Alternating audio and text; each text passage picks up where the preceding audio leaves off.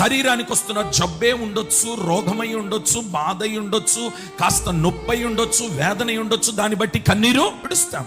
మానసిక ఒత్తిడి, ఎవ్వరికి చెప్పుకోలేని బాధ, ఎవరితో పంచుకోలేని బాధ. కొన్ని రోగాలండి కనీసం భర్త కూడా చెప్పుకోలేరు, పక్కవారికి కూడా చెప్పుకోలేరు. డాక్టర్ దగ్గరికి వెళ్లితే కూడా ధైర్యముగా సిగ్గు విడిచి చెప్పుకోలేని కొన్ని రోగాలు కూడా ఉన్నాయి. అవి మానసిక కన్నీటికి గురి చేస్తున్నాయి. భర్త ద్వారా వేధింపులు, పక్కన పిల్లల సమస్యలు, అప్పుల సమస్యలు, ఈ ఓటమి, మానసిక కన్నీరు. అసలు ఈ కన్నీరు ఎక్కడ ప్రారంభమైంది? నీ అవిధేయత వల్లనే కదా, నువ్వు దేవుని మాట వినకపోవడం వల్లనే కదా, దేవుని మాట లోబడకపోవడం వల్లనే కదా, దేవుని మాటకు అవిధేయత చూపడం వల్లనే కదా ఏదైనా తోటలో కన్నీరు ప్రారంభమైంది.